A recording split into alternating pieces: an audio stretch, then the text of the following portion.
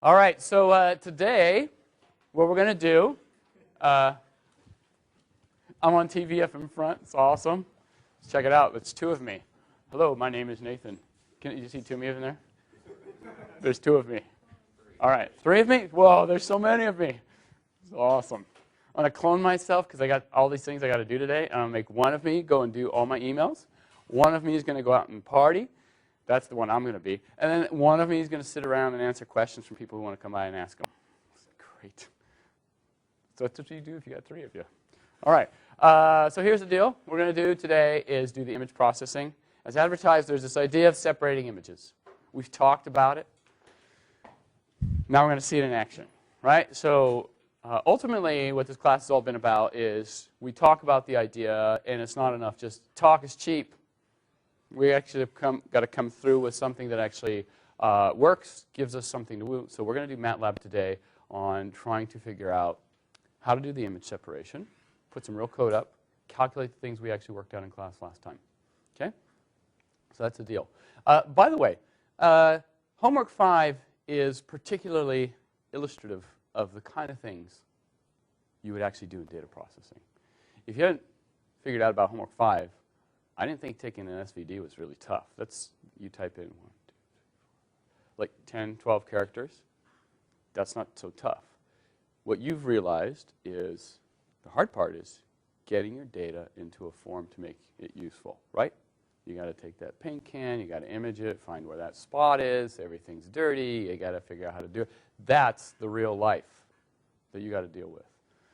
Okay, noise in your data, stuff isn't clean.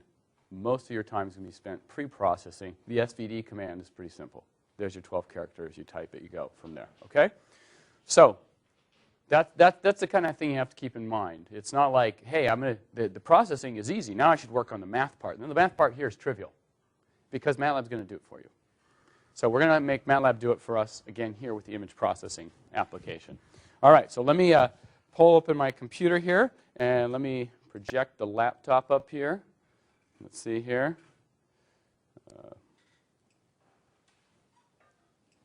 There. Oh. Come on. There. All right. Okay. So before we start, if you remember, I gave you a nice example of the Judgment of Paris taken in my office. The one that Edwin has never noticed. It's not even a word. But Edwin has never noticed, and he's been in my office how many years? 4 years. Okay, it's only been there for 2. But anyway, the point is for 2 years, he's never even noticed. And I took a picture with the reflection, and we were going to separate that. Now we're going to see how it works in a minute on that. But let's start off with an ideal case. I'm going to take 2 images. I'm going to, by hand, mix them. Not by hand, I mean, computer hand. We're going to mix them together with 2 strengths. Okay? We're going to look at these mixed images, and then knowing what the answer is, we're going to try to extract it and see what happens in this case. Okay? So this is the more illustrative case. And so let's go ahead and start off with what we want to do here. Clear all, close all, CLC. All right. So some images. So I'm going to have a couple images to load in. I'm going to have one called S1. I'm going to use the imread command. Sicily 1. And it's a JPEG image. And S2 is going to be my second image. So these are my ideal images. So just like when we did the teacups, ultimately what we're going to do here is we know what the image, the thing's supposed to look like. In practice, what you have is a mixed image. You don't know what the ideal images are. But here what we can do is compare to the ideal images. So there's 2 images, and let's plot them.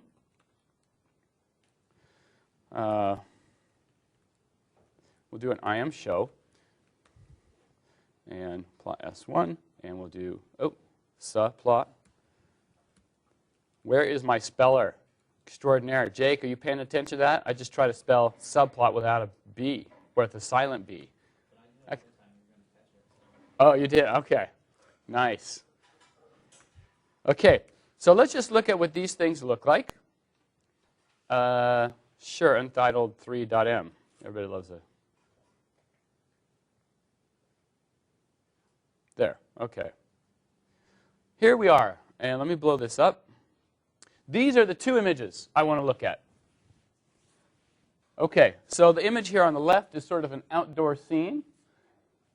It's this little hill town called Erice, and you're looking out over the sea here. And then this is a church in Palermo, and you can see this is sort of indoor scene, has a lot of structure. They're very different scenes, right? And partly the way this works is what you want is statistically independent images. For instance, if I was trying to separate two pictures like this that were pretty close, it would be pretty hard for it to know that they're statistically independent. In other words, I took one picture and then I just shifted it over slightly and took another picture. I'd have a lot of correlations between the different pixel points. Okay? But here, I'm just saying, look, there are the two images, and all I'm going to do with these images is mix them. And remember, when I mix them, I have to mix them twice, right? I have to have two sets of measurements corresponding to two polarization settings. If you want to think about the reflection problem, I took one picture, rotated polarizer, took another. So I have two different mixings that go on here. So those are my ideal images, and so let's mix them. Okay, so I'm going to make a mixing matrix. Call it A. Okay, and here's what it's going to look like.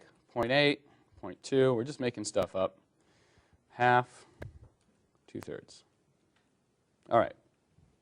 So here's what's going to happen. Let me write this down on the board.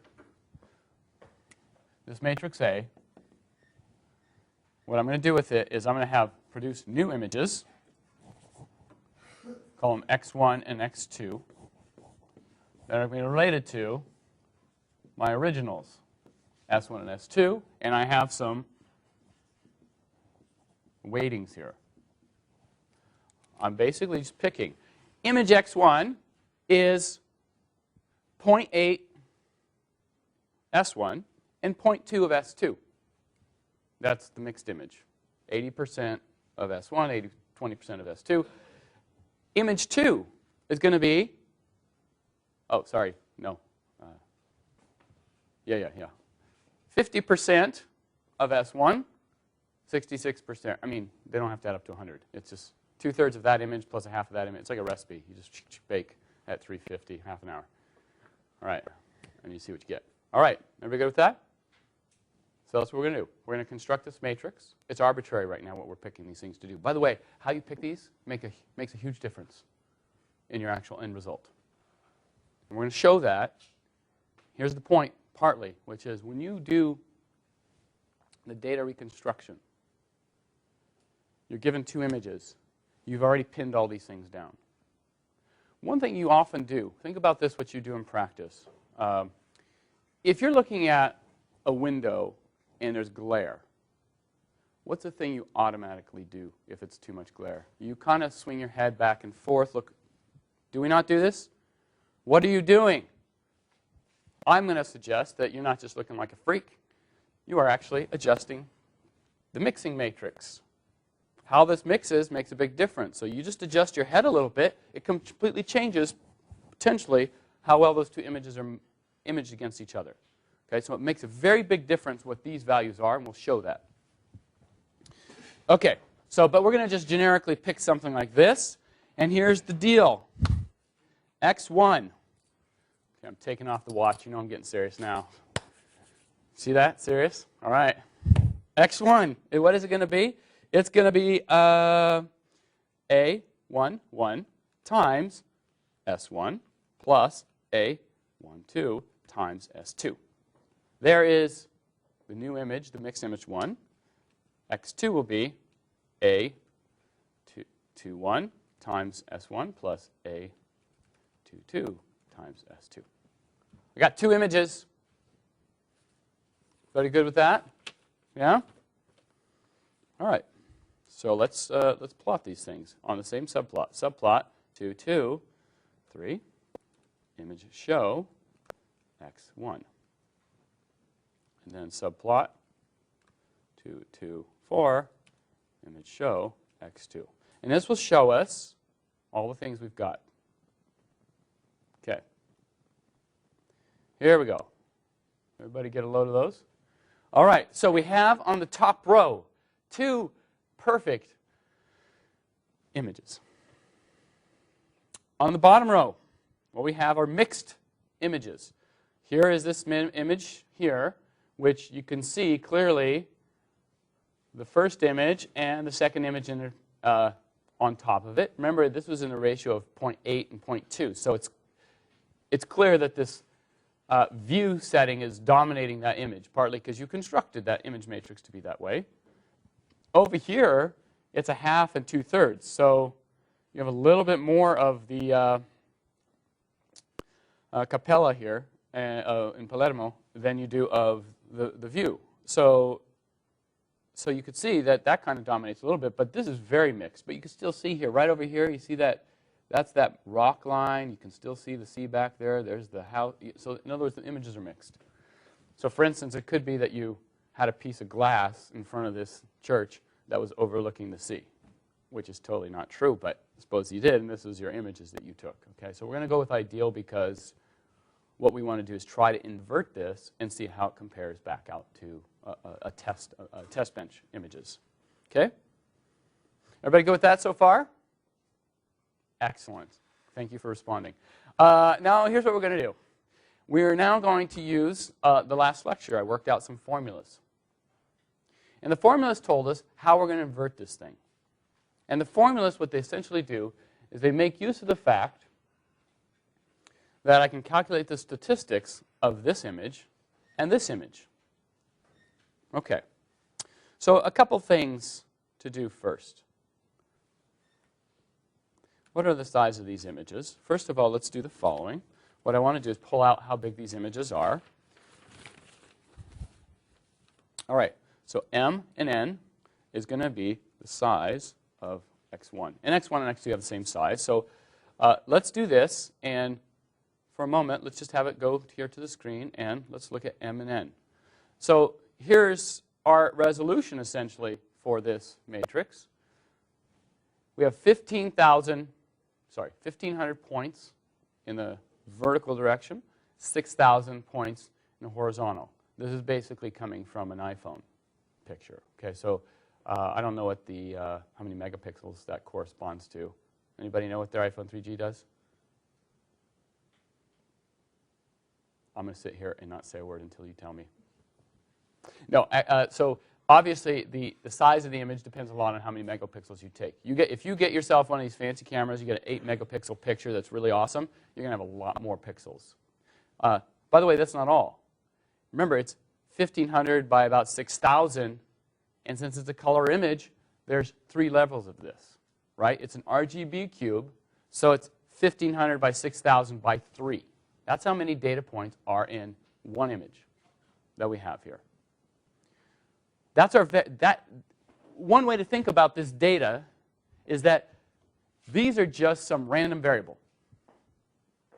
We think about each position of pixel strength it's a random variable. Let's say it's uniformly distributed. Okay, so what we've got is 1,500 times 6,000 times 3 sets of measurements of data. That's it. That's one way to think about it. And what we want to do with that is calculate its mean, calculate its variance. Remember, what we did in class last time was actually said, I have a formula that I can derive for calculating angles. And the formulas that I derive for calculating angles, of course I didn't write them down in my notes, but because I got just today's notes. But for instance, to rotate back, we have to calculate what I called theta naught. And theta naught in class, what we derived, theta naught was derived on the following assumption. Let's find the maximal angle of variance. And the minimal angle of variance will be orthogonal to it. Essentially what we're doing is backing out the principal direction. Okay? And this came out to be a formula that looked, I'm completely making it up, mostly from memory. So correct me if I am wrong, please. That's x1, x2, x1 squared minus x2 squared. Something like that. Oh, actually, I guess I could look at my notes because I have a MATLAB formula for it. That's probably pretty close. Yeah, dids. I got it. Give it up for me. No? Nobody? Nobody going to? Nobody? Okay. Maybe at home when you're watching, you could just do that just in private. It'd be okay. All right, there we go. Memorize my formulas. I even got the, no, actually, okay, I didn't quite get it right. Maybe that's why you weren't doing it yet. There was a 2 there, not a half. Now? No? Yeah. Okay, thumbs up. That's the best I can do. Erica, will you just got like this? Is like kind of, did I see a thumb there? Because that's 2. Sweet. All right. There's the formula for theta naught. So all we got to do is think about my image 1 is just a bunch of points, x1. Image 2 is just a points, x. These are just a bunch, all my pixel points. And it's just telling me calculate some statistics on them. Calculate this thing squared and that thing squared, sum it all together. That times that, sum it all together. Calculate this angle. That's it. Okay? So essentially, this is like the variance of image 1. This is the variance of image 2. And this is the covariance between them. And I can get at my angle. All right. So that's step 1.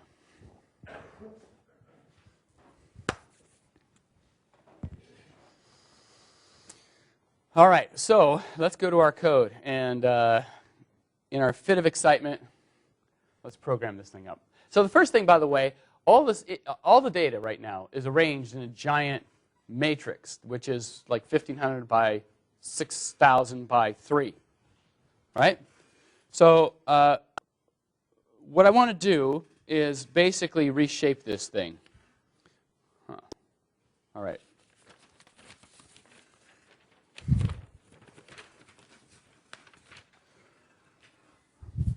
All right, so first of all, what I really want to do here is this data now, I'm going to start processing it. So instead of just having it as image data, which is right now it's in image format, which it means it's integer values, I want to take the double of it. Now to make these all, the images now are double precision numbers. Okay, let's take this out for a moment. Okay, so I have double precision numbers. I've read them in. I've got these x1 and x2, which are now my actual, this is data now. These are just matrices, but it's some three-dimensional matrix. So the first thing I'm going to do with these things is reshape them. Let's call it little x1. It's going to be the reshape of x1 into a m times n by 1. And x2, reshape to a x2 by m times n by 1. Okay. So I've taken the data, lined it up in a column. And what I want to do with this first is, remember, I'm assuming the data has a mean 0. Remember that when we did this? I know what you're going to ask, Jake. What happened to the 3? No? Yeah. Let's ignore it for a second. I'm going to come back to that later, maybe if hopefully you'll have elephant memory. Not unelephant memory, and you'll forget to ask that later. But let's just roll right now with Nathan. Professor?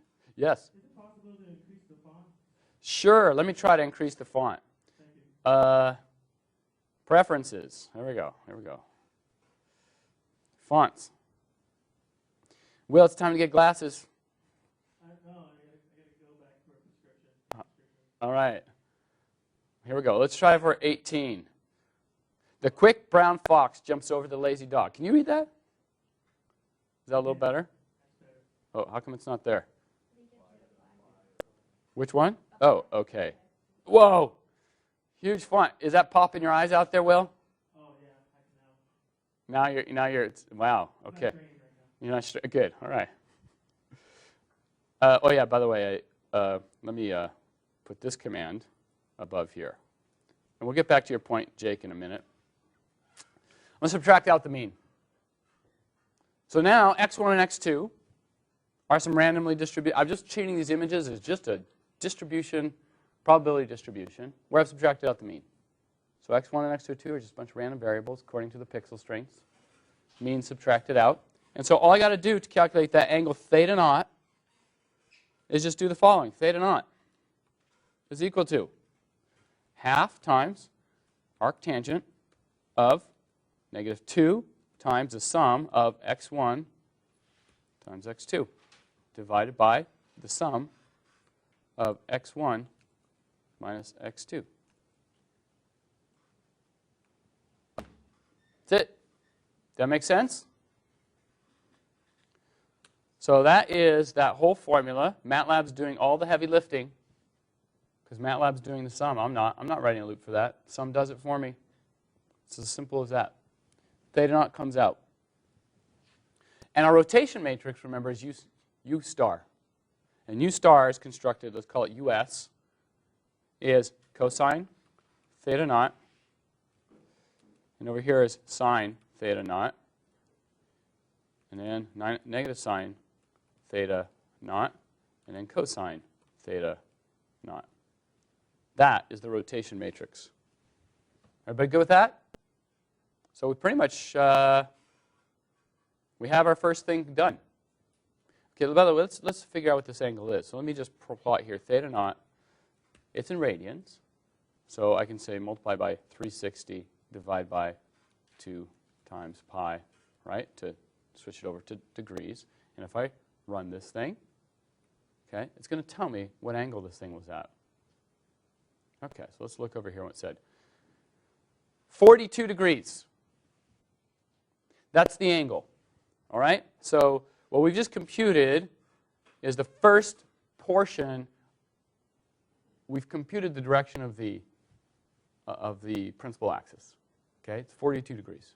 So what we're going to do is say, okay, great. Now I have to unrotate that 42 degrees. And that's what U star does. If I were to take my image data, multiply by this matrix, I would rotate it by 42 degrees. Okay. Everybody go with that? So far, step 1, step 2.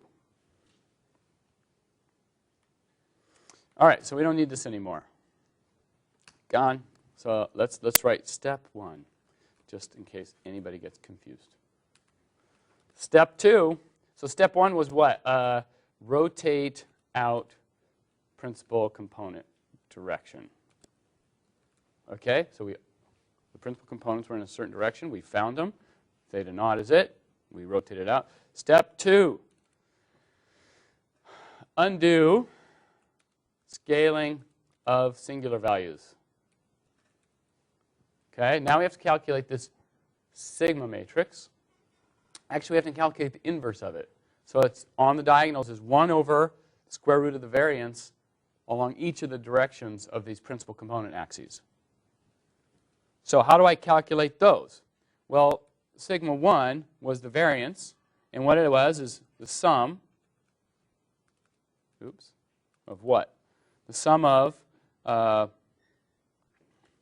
x1 times cosine theta naught plus x2 times sine theta naught. And all that is squared. Everybody good with that? All right. So that, yes? On the last thing. Perfect. All right. So that gives us the singular value, essentially, or this is the variance along the principal component, theta naught. Okay? Now the variance along orthogonal to that, in other words, in the second principal component direction, is the same thing, but the angle is rotated by 90 degrees.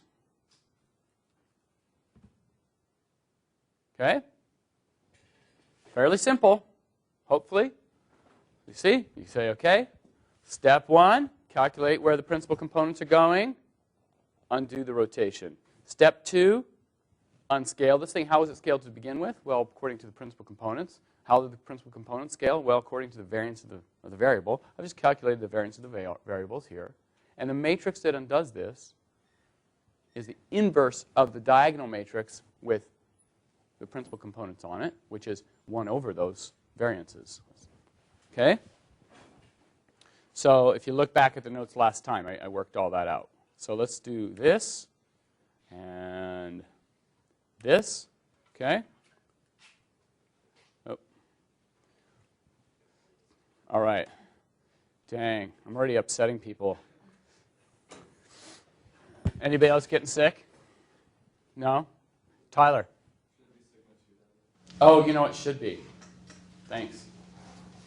All right, everybody good with that so far? Now, how do I construct this sigma matrix? It's actually the inverse of sigma. Well, if you look at what I did in the notes, it's 1 over the square root of sigma 1 that I just computed, 0, and then 0, 1 over. It's a diagonal matrix, square root, sigma 2.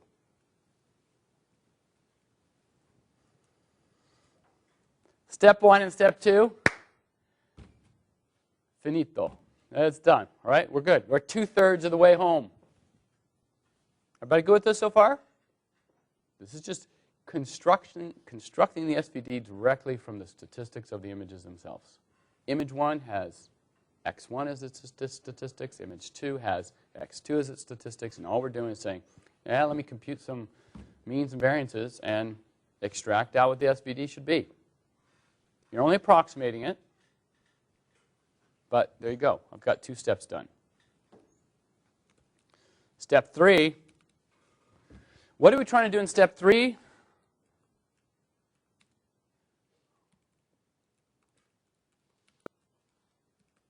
That. We're trying to make the probability density separable. So what we're ultimately going to do here is trying to figure out what rotation should I apply to this that minimizes both the variance and the kurtosis. Okay? So I want to try to, by minimizing essentially the kurtosis, what I'm really essentially doing is trying to make the probability distributions separable. Essentially is what it effectively boils down to. So what I've got to do is I've got to work out this 4th order moment. Now, I worked out the 4th order moment in class. We wrote down the result in class last time. It's a very simple formula, actually, for calculating what the angle should be to minimize this. Okay? So all we got to do is compute it.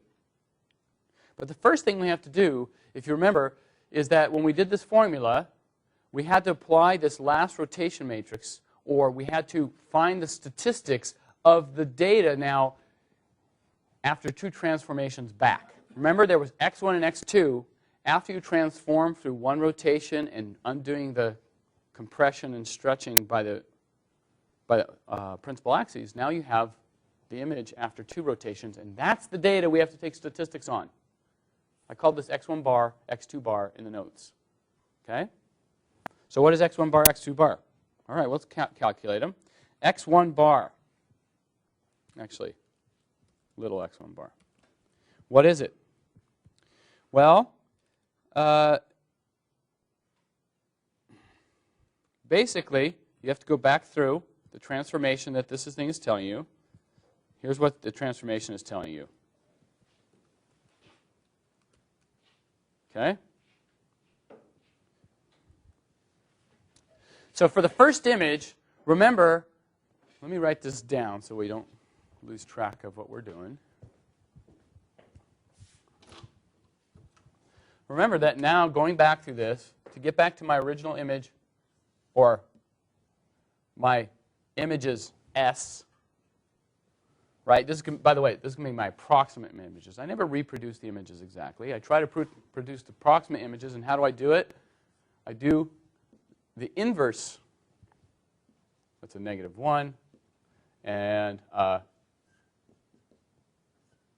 there's my data. So I have my measured mixed images. First thing I do is apply U star, which we just calculated, and then you apply sigma -1, and then finally you apply V. So to figure out what to do for V, we first have to calculate this thing here, and we're going to call that x bar. So what's left is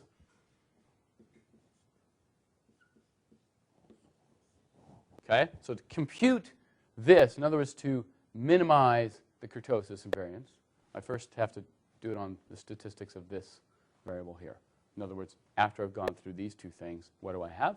That's what going to be x1 bar is. Now, when I go back through this process, x1, x2, they multiply the first component times the second component, and then they multiply this diagonal matrix, and on the diagonal is the diagonal element of this thing. Okay? So x1 bar, which is the image after 2 rotations, is it goes through, it looks at what's happening to U of S, and then times sigma 1, 1. There. x1 bar, that's the image after going through U star and sigma -1. x2 bar is this. Everybody go with that? That's the transformation of the second image. So now we only have one matrix left. And this matrix that's left relies on x1 bar, x2 bar, computing the statistics of x1 bar, x2 bar. So how do we compute it? I wrote down a big formula in class. That's not that big a formula for what I called phi 0. Phi 0 is the angle which minimizes the kurtosis and the variance. Okay? So there was a formula, and the formula was something like, it was close to the other one, but it's a quarter. That's why I got mixed up. Is 1/4 the arctan of some stuff. Okay? So let's just calculate this. 1.25 times a tan. You know, it's probably been a while since you've seen an image up on the screen, right? So this is probably why you guys are all getting, I hear the squeaky seats now. That's usually restlessness. My dad was a minister, by the way, and you could tell what part of the church service when the sermon went too long, you'd always hear these coughs. You could totally tell. You just tune into that, and all of a sudden you go like, okay, time to wrap it up. I hear squeaky seats, so let me just show you an image. Just so everybody's like, I can buy like a couple minutes. Oh, isn't that beautiful? Sicily. Would you love to go? Me too. Really nice, pleasant place, great food. Cappuccino's not as good as the mainland. Really not as good. But they have these great cannolis. Fantastic. See how they brought the squeaky seats down? Okay. I figure I buy myself 3 minutes with that, and that's enough to get my phi 0 out. Ready? Phi 0. We were all sliding to the edge of our seats in anticipation. Oh. Wow. It's even better than I thought. All right, well, here's this formula as you've been anticipating. It is x1 bar cubed times x2 bar minus 2 times, actually, there's a 2 in front of this. 2 times x1 bar cubed x2 bar. Let's make sure we just put this in parentheses like that. Okay, minus, and let's just continue this down here, minus 2 times x2 bar cubed times x1 bar. And then that's the top row.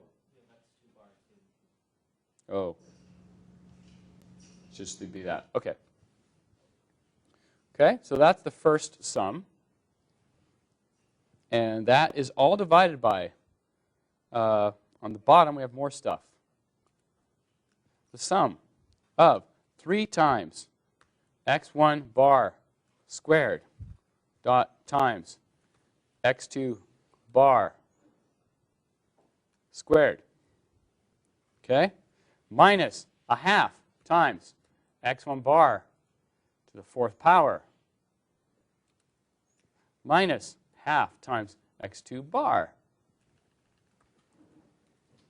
to the 4th power. Boom and boom. There's x. There it is. There's phi naught. This is just following that formula. So if we compute this thing, that's our angle. We can actually have it print to the screen phi 0, or let's actually print to the screen phi 0 times, it's in radians, so 180 divided by pi, and that'll convert it. Okay, so there we go.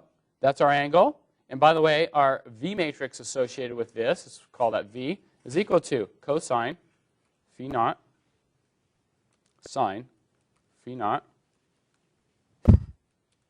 minus sine phi naught cosine phi naught. There's our V matrix. So we now have all the matrices built. So let's just calculate what this angle is real quick.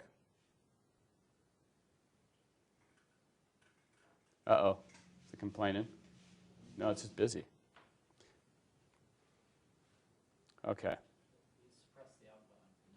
Oh, that was on phi naught. Okay, well, that's all right. I'll just have it give me, oh. I'm missing a, Okay, let's see here. This is the only part you can get jammed up. Maybe see anything wrong? See, some. It's complaining about something. We're missing a dot somewhere, I'm sure. Oh, no, because the sum will be one number. Am I missing a? Okay, that's that bar. Okay, 2 x1 bar cubed times x2 bar minus 2 x2 bar cubed dot x1 bar. What line did it say actually? 37. So it should be here.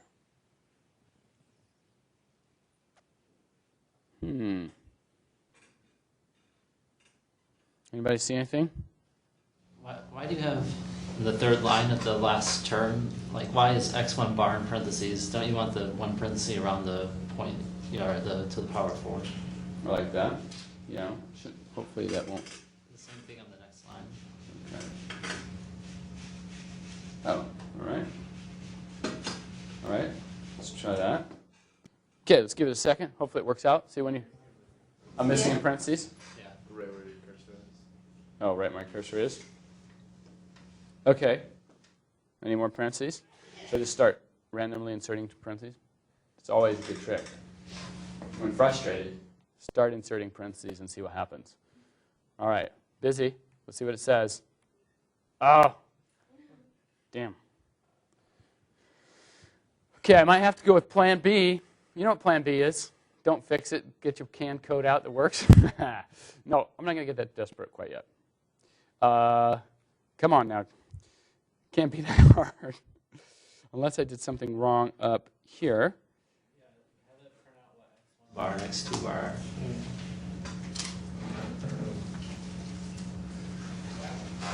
Oh, is this the 3 thing again?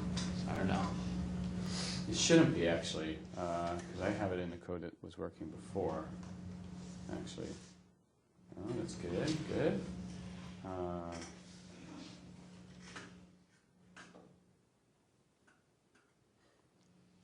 Actually, good question. Oh, there it is, I think. Yeah. Okay. Okay, I think I see what I did. All right. No? Yeah, okay. This really is x1 bar, x2 bar, and I have to reshape them. Right? I transformed them, and I got a little sloppy. Getting sloppy will always kill you. So it's x1 bar to m times n by 1, and x2 bar. Now that's going to work to x2 bar m times n by 1. Okay. All right. There we go. Hopefully no beeps. We're going to see what this angle is, and we'll be so happy because we're ready for the last step. Last step is now just to multiply the image by all these 3 steps, and you're done. Okay. So I think we work now. Yes. And phi 0 times 180 divided by pi is negative 17 degrees. Okay? We got our stuff. So we got our rotation matrices, we got everything, and now all we want to do is apply this. Now I am going to switch over to canned code because we are starting to run low on time. And so what I'm going to do is bring up the code I worked on this morning to put stuff together. And what was it called? Image separate. That sounds about right, right? All right. What I'm going to do with this is I'm going to run this code. And let me put a breakpoint on it real quick because I need to do one thing.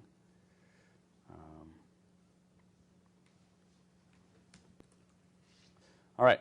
Let me run this thing. Now it's going to produce 3 images. Okay? Now the 3 images are going to be the following. First, the ideal picture. Let's see what image I got here. There's the ideal picture. It's going to produce, in addition, 2 other figures. And I'm going to explain what they are in a minute. Let's start off with this figure right here. Okay, come on. This is figure 1, or figure 2. And let's talk about them. Here are my mixed images. I used 0.8, 0.2 for the mixing here, 0.5, and 2/3 for here. So these are the mixed images ideally. And here is my effort at separating them. I took this method, applied it directly to the two images, and here's what I extracted. Image 1, image 2. So first of all, notice, with this weighting, that's an exceptional job. You see pretty much just the Capella. You almost see nothing of the sea, of the hills, of the mountain, of this stuff underneath it. Cleaned up this image beautifully, extracted it just perfectly in some sense. Over here, it kind of did a pretty good job. You took out a lot of the Capella, but you could still see the faint watermark almost kind of quality that's back there, right? You can still see these columns sitting in here. But this is what you did as far as image separation goes. Okay? With that weighting. Now, image 3 I'm going to show you. So does everybody see that? So you can compare these now to your ideal images. And at least for this weighting, that image did impressively well. Not quite as good. Let's go to the next one, image 3. And the only thing I did in this image is I changed 0.8, 0.2. I just said 0.8, 0.6. Changed one matrix component. I want to show you what that does. Here are the images now mixed. In this case, pretty bad job actually on pulling out the C and this structure, or sorry, the underlying structure from the Capella. I mean, basically, they're just doesn't do a good job on the Capella. However, over here, aside from this residual, which you could actually post-process out pretty easily, it did an amazing job pulling out your scenery, this view. I mean, remarkable. It just, you don't see anything left except for this here, which you could actually very easily filter out. This illustrates an important concept. The important concept is when you take the measurements and you have a polarizer, or you're trying to separate images, changes in this mixing matrix make a huge difference in your ability to extract the two images. Okay? I think that's what I want to illustrate. I changed one number from 0.2 to 0.6. One matrix component. It's not like I changed the whole matrix. I said I just took this component right here, 0.2 and 0.6. And in one case, this image is really nicely done. In the other case, the other image is very nicely done. So this partly can explain, for instance, your wiggling of your head to get a good image. Every time you change your location to see an image behind a reflected piece of glass, you could just get the right. You're basically changing the weighting matrix to try to focus behind that thing better. Little changes can help you focus either in on the reflection or the image behind the reflection. What do you want to do? If you want to focus in on the reflection, you might turn your head slightly to get the best image on the reflection, or you can turn it slightly to get what's best behind it. All you're doing is changing the weightings. Okay? This sensitivity, however, is bothersome. Partly, too, because when I take a linear polarizer and I just go through two angles, how do I know I got the right two angles? Right? I picked the polarizer, I just generically put it one way, switched it, put it the other way. I could have, for instance, taken a bunch of these things, and maybe there's two other polarization states that would have given me the best image. Because what I'm going to show you as a last image. Oh, by the way, I also had to rescale the images. One thing is, after this process, you get the image, but instead of being on a scale of 1 to 255 for an image, it's some values. It's a matrix with some values. So what you have to do is rescale this thing up. So the last thing I'm going to show you is, as advertised, the Flaxman picture that I did in class. And this Flaxman picture, what we're going to do is we have the two images. I did the experiment up in my office. It was a real hack job. And, well, let's take a look at the results.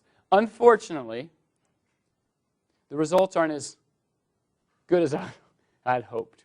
But I'll at least show them. I feel like this is in the interest of full disclosure.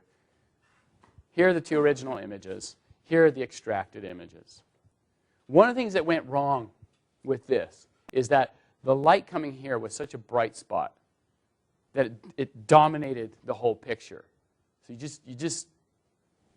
it's almost like statistically everything was varying just fine, except for there. All of a sudden, the domination of the window came into play and dominated all the statistics of two images. So when you tried to extract them, here, you really do extract the window structure pretty nicely. You don't get any details about other things, but you extract the window structure. Over here, you can't get rid of the window. Your hope is, if this was a little dimmer, if the weighting of the two images was better, and what we know is the weighting matters a lot. Right? This is about some parameter here changing the intensity of one versus the other. Potentially, I could have cleaned that out. But it's too bright. It dominates too much. With the measurements I have, with the intensity difference that I had, I couldn't get the clear separation. All right? So by the way, the paper I based this on, it's referenced in the notes. And in there, they actually did an experiment like this. But what they did is they took a picture, put the glass over it. Then they had everything blacked out in the room except for, and then they had a camera on a tripod that wasn't going to move.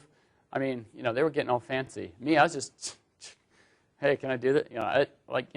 I have 5 minutes to pull an experiment together. I'm MacGyver, remember? MacGyver gets this. So we're almost done. Anyway, so there you go. The algorithm's now in the notes. It's up for you guys, so you can play around with that, and it gives you a way to think about image extraction. And this is all principal component analysis with the idea of if you have two statistically independent sets of data overlaid upon each other, your whole objective is to take these things, separate, reconstruct the SVD that gave this. This is all we're doing here. That's it. All right. And Jake, you have a question?